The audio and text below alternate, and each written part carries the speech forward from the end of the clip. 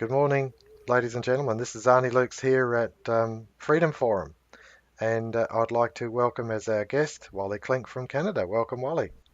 Hi, Arnie. I would like to I'd like to say it's a good day here too, but it's fairly chilly. We've had very, very severe temperatures down in the 30s to 40s, and in the states, in the northeastern states, they had as much as in the 50 degrees below zero. Wow, So you can imagine how severe that is and how that's right. you're inclined to stay inside. uh, we're complaining because it gets to the last couple of days 37 C, which is just around the 100-degree mark in South Australia. And But if you can't stand it, I would suggest you come and pay us a visit. whereas when you start talking minus 40s and minus 50s and this heading all the way down to the southern states in America, that's what I find incredible. It's just wow, this When I was in Australia, I asked some people why they went to Australia. They said, well, they looked at Canada, hmm but in view of our climate, they felt that Australia would be a little more comfortable. mm, So that's why they made their choice. yeah, However, we yeah, all have our relative advantages and disadvantages. certainly do. I spend just to throw an aside in here, I spend my wife and I be able to spend some time on watching now what's it called Hallmark movie channel.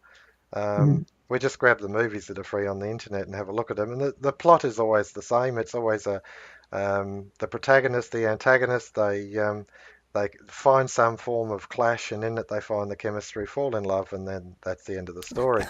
But and it's always the That's, same story, which is okay because I can vague out on that and just get on with other thoughts while I'm watching.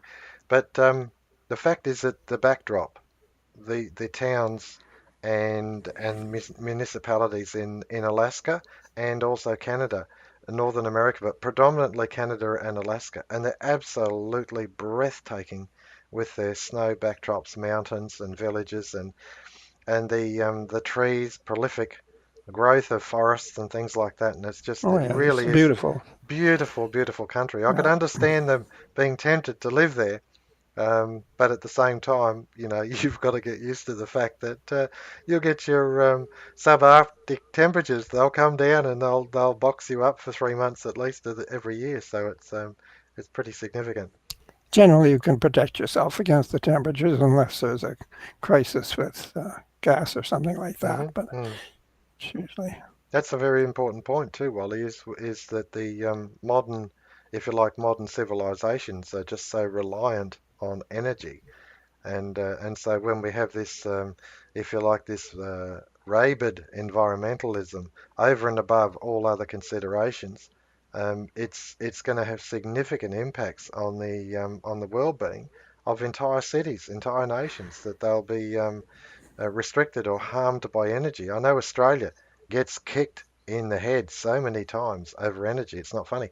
And the fact is, one of our politicians went so far as to blow up, dynamite a power station and present the blowing up of it on media.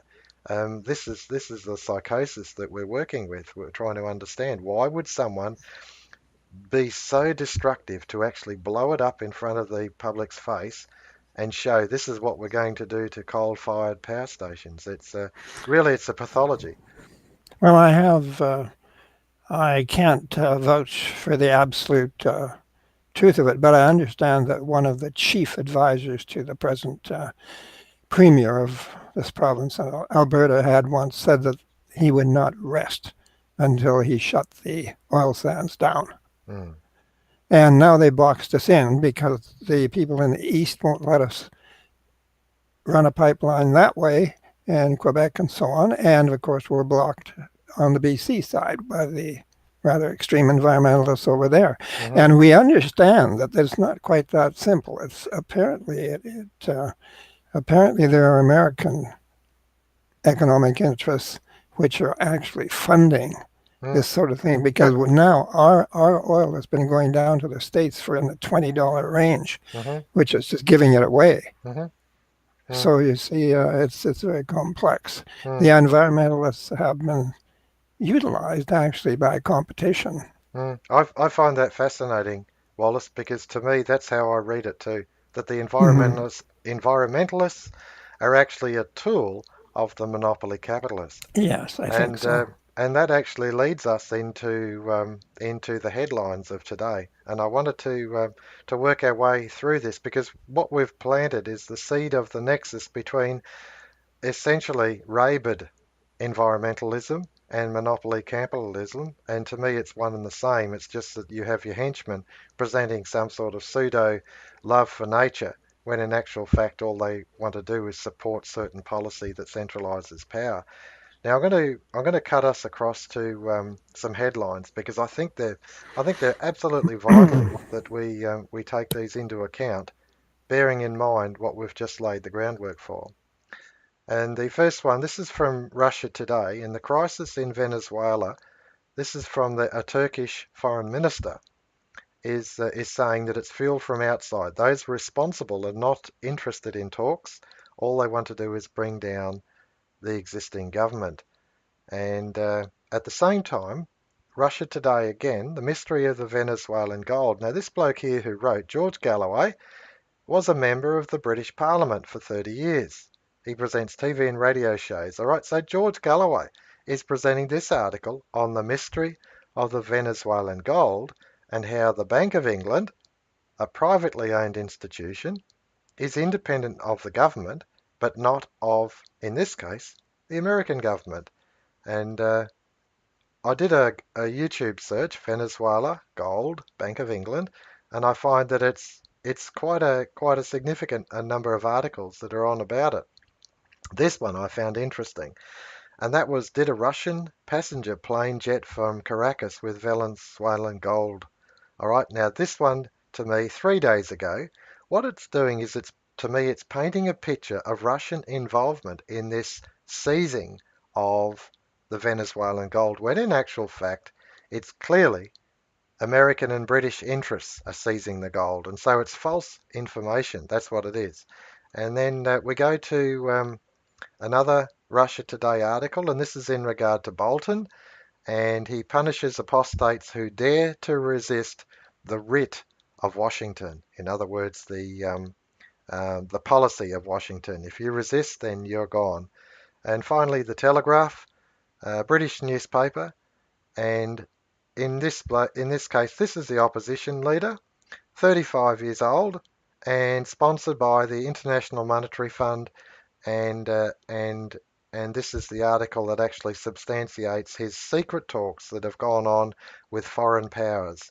And so there he is there, and this substantiates that foreign powers are actually deliberately and directly involved in what's going on in Venezuela.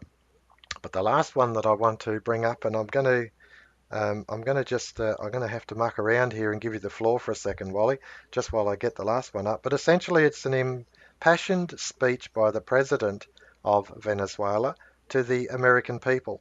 And I'll make sure that that article is at least presented to you because to me, I've posted it on my own Facebook page and also on a website because to me it places the situation in Venezuela as clearly foreign interference, and they are after gold, they are after oil, and they're after natural gas. And those particular natural resources that Venezuela has, even though it's an impoverished and poor nation, are some of the largest reserves, certainly oil, and I think gas is fifth largest in the world, and gold is absolutely huge. So the pirates of America, the pirates of Britain, are after it, and they're going after it. And of course, this is based on, in my view, the inability for them to balance their own books, and so they have to look at expanding markets or expanding resources. Wallace Kling. Well, it's unfortunate, Arnie, but economics as it's practiced today under the existing financial system is not really economics. It's a constant state of war. And it seems to me that that is not a very intelligent way to run affairs. Economics should be a functional thing. It shouldn't be a fractious and destructively competitive thing. It should be something where you're associating to get results and where you do get results and where those results flow out to the people. And but as things are, every nation is short of purchasing power because of the way the financial system works. And so they're having to extend the borders of their economy more and more beyond their domestic scene, and they're having to try to compensate, as you say, by capturing. Well, what they do is they try to export more than they import and capture credits to make up the internal deficiency. But this leads to an international competitive situation where the different nations are competing with each other and they're trying to reduce their costs in that international battle for markets hmm by exploiting other nations and seizing, or in one way or another, acquiring control of their natural resources and assets. hmm And it just means that civilization, the world society, is just in a constant state of turmoil, competition of a destructive nature, and driven increasingly to war, to military solutions for problems that should never be solved in a military way. hmm Problems that could well be solved in a rational, intelligent, economic approach, hmm where had the individual nations capable of absorbing their own product without going out to try to force or beggar their neighbors by forcing more on them hmm than they take back in terms of real wealth hmm in order to get credits to make their own internal economy financially viable. hmm It's quite insane, really. It hmm really is, You you truly. you reminded me of an article that I know that I've posted up on in our archives, and that was by the Malaysian, I believe it's Malaysian Prime Minister, Mm-hmm. and he said, I think the heading was "Prosper thy neighbour rather than beggar thy neighbour," Oh, really? and yes, and it was to do with American interference in Malaysia, Malaysia. and he was actually scathing, similar to what's going on in Venezuela. He was Yeah. scathing about the interference that was actually impoverishing their nation at the Mm-hmm. to the benefit, if you like, of other parties, and predominantly that is the elite, if you like, the multinational, but predominantly British and American, German, French multinational, who are over and above nations, over and above trading blocks. They actually direct traffic from, if you like, the International Monetary Fund, the World Bank, Council for Foreign Relations, Trilateral Commission, all these sorts of institutions that actually guide, manipulate, and control governments. And I guess where I'm coming at with all of this is that Venezuela is the recipient at the moment of this policy, and I so feel for the Venezuelan people Yes, they're who are having a lying. very difficult time. A very Exactly difficult right. Yeah, time. they're the ones who are going to suffer as if they're not impoverished enough. But the pirates are coming across. A bloke is just standing up out of nowhere and saying, "Well, I'm the new president," and then certain individuals in the country are asking for, now what do they call it? Emergency supplies, emergency aid, which of course is in guns in order to resist the existing regime. And so it's really is quite frustrating to watch that. Um, So, in other words, it's a coup that is being incited from outside its borders. Absolutely, it's an Yes. entirely a coup, and that's what the Venezuelan president has said. And the fact is, I mentioned it either yesterday or day before. The answer to the problem in Venezuela lies with the electorate. It actually lies at the feet of the individual. They should be deciding what's best for their country, and not the American elites who are able to, if you like, parachute in mercenaries in order to impose American and British policy over that nation. Wallace.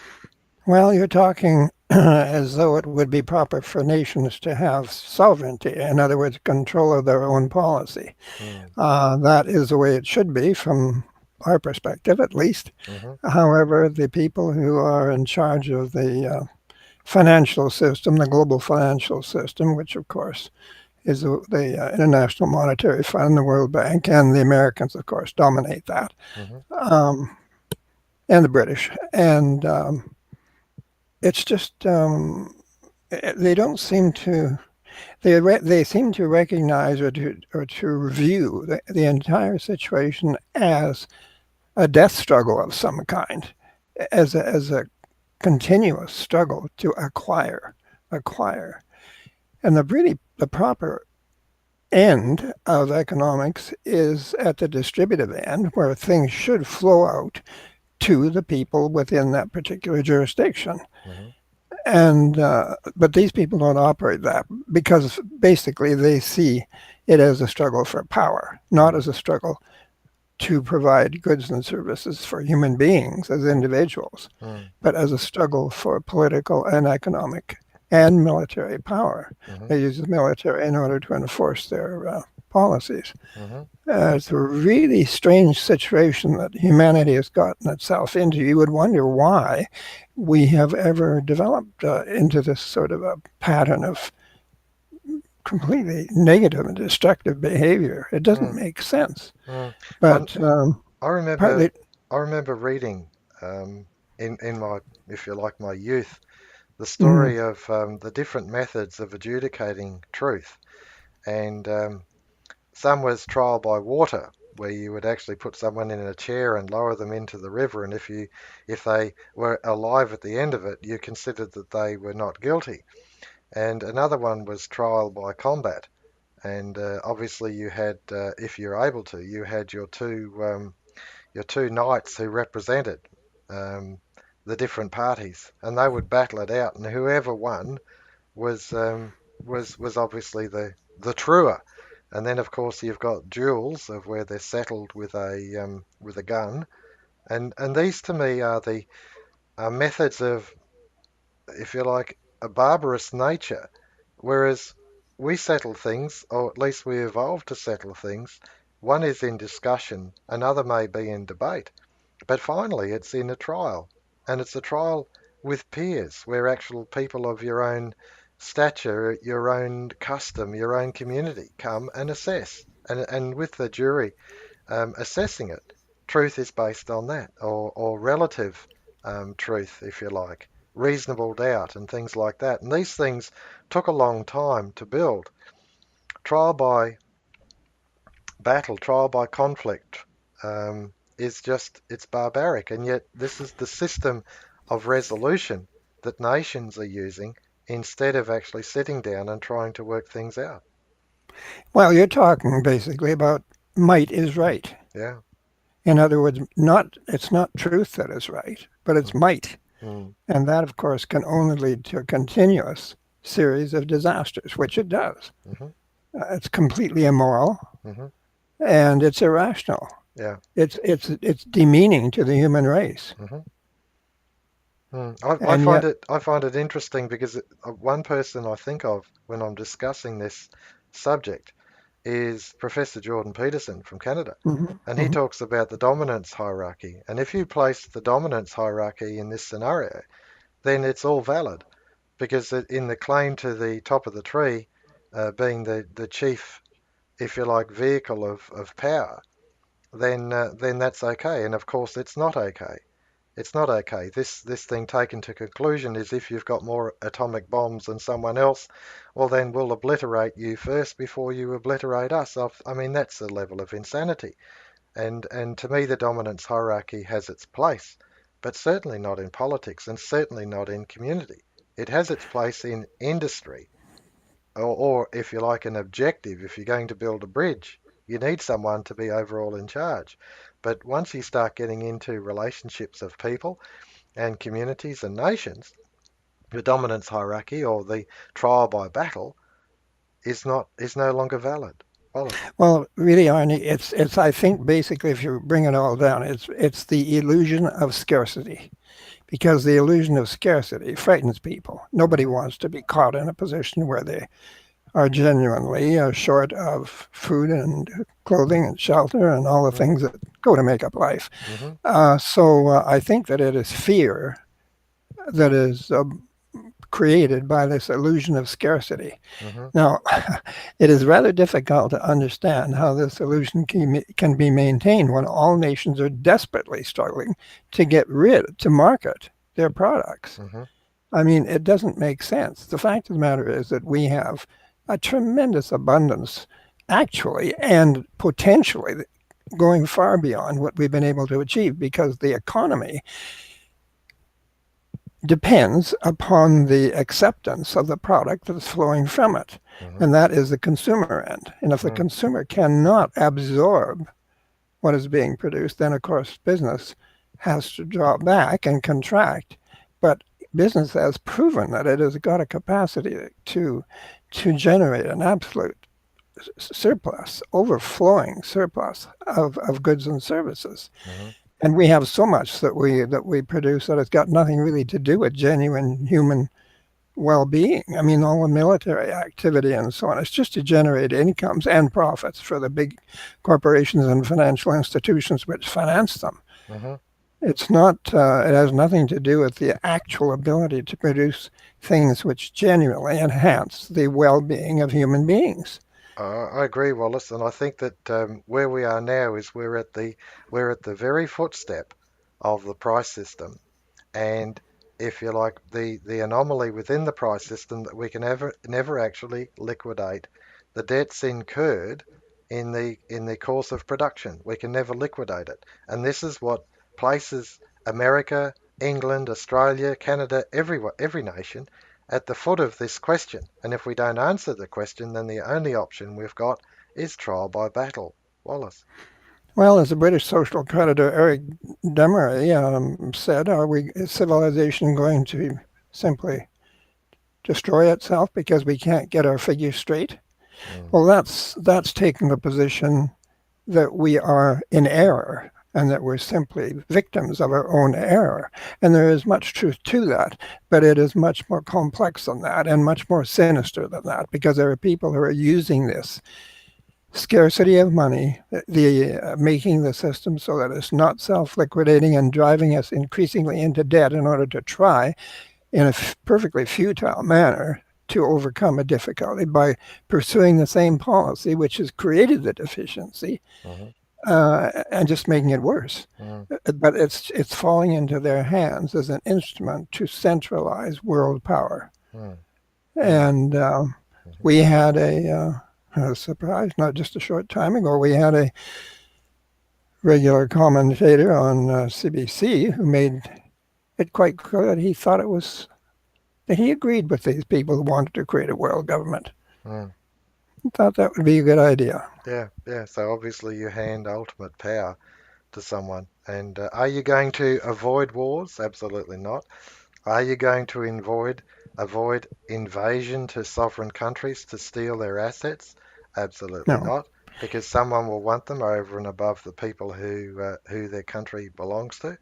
And so this world government, of course, with their world plans and not taking into account the myriad of vagaries and variances within any community and the decisions needed to be made locally, it's a form of insanity, as if outside of yourself, someone would know in some distant land sitting behind a desk would know what you need right here and right now. It's even if they madness. had the will, even if they had the goodwill, they simply are not competent to do No, that. no one is. No, No. as Douglas said, if things are not going well and people are annoyed, and this causes, uh, a degree of negative behavior on the part of people, Hmm.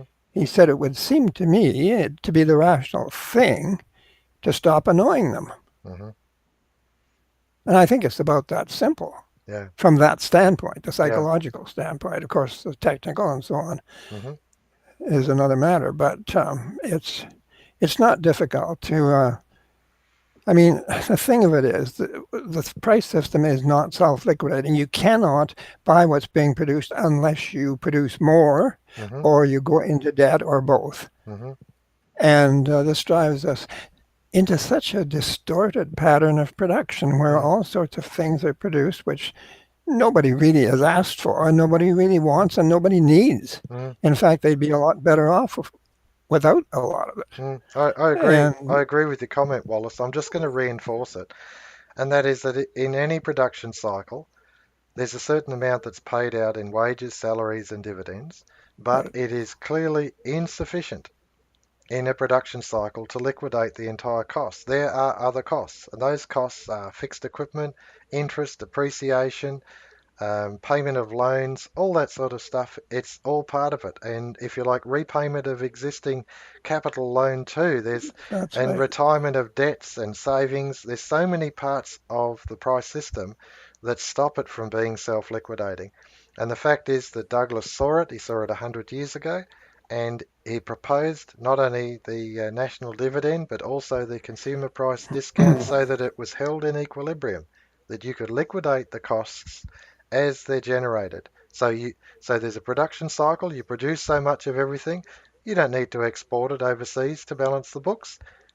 You generate sufficient purchasing power in the community to liquidate the cost of that production cycle. That's how it works. It's straightforward. It's in Yes. equilibrium, non-inflationary, non-deflationary. Enough spending Unfortunately, power. Yep. while people have been so brainwashed Hmm. by orthodox ideas that they're not open to other ideas and they're afraid of anything that might upset the apple cart. That is the degree of security that they think they have with the present system. Hmm. They do not realize the extent to which they are enslaved by it. Hmm. If they did realize, you might have a revolt. Hmm. But they don't really, they've been trained to be compliant slaves to the system, Hmm. and they keep on running faster and faster, trying to keep ahead of things, deluding themselves into thinking that somehow they can outrun this crescendo of costs and prices. Hmm. But of course, every effort made to do that just makes it worse. Mm. And to me the obvious thing for the next generation is that one is they incur significant debts just being educated, and if they go tertiary education, of course they're carrying it through. And then the next is if they choose to get a home, then their debts go absolutely through the roof.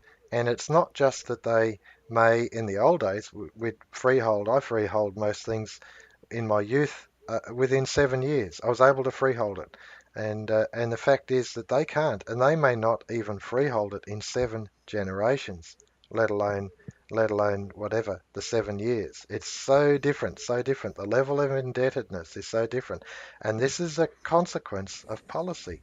It's deliberate that those that are in the system are indebted to such a degree they daren't move, they daren't take a breath on this tread machine that they're on. Otherwise, they'll miss a payment and foreclosure on their home, and that's it. They've lost everything that they may have worked a lifetime for. Wallace.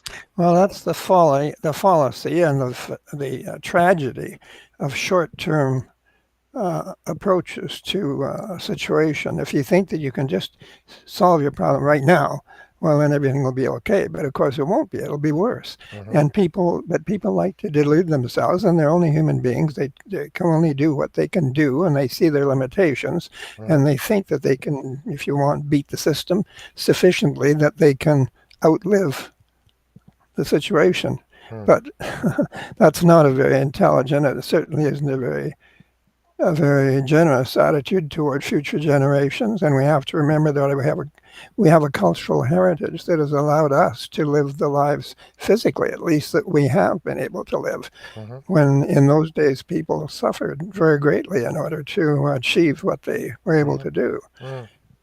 and I think that we have to take a responsible and a compassionate and a moral, an ethical attitude towards this. We just don't shouldn't allow ourselves to be driven into a pattern of ruthless competition Hmm. where everybody is stepping over everybody else to try and get ahead. I It's agree. it's I agree, Wallace. There's no barbaric. shortage of productive capacity.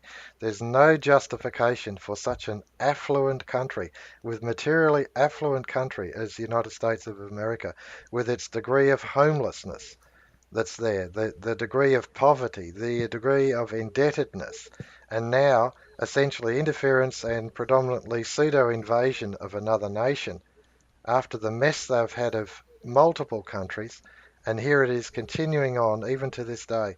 And we've got to think harder and find solutions for this because the fact is the elites, our government, the bureaucrats are not doing it. They have no intention of changing it.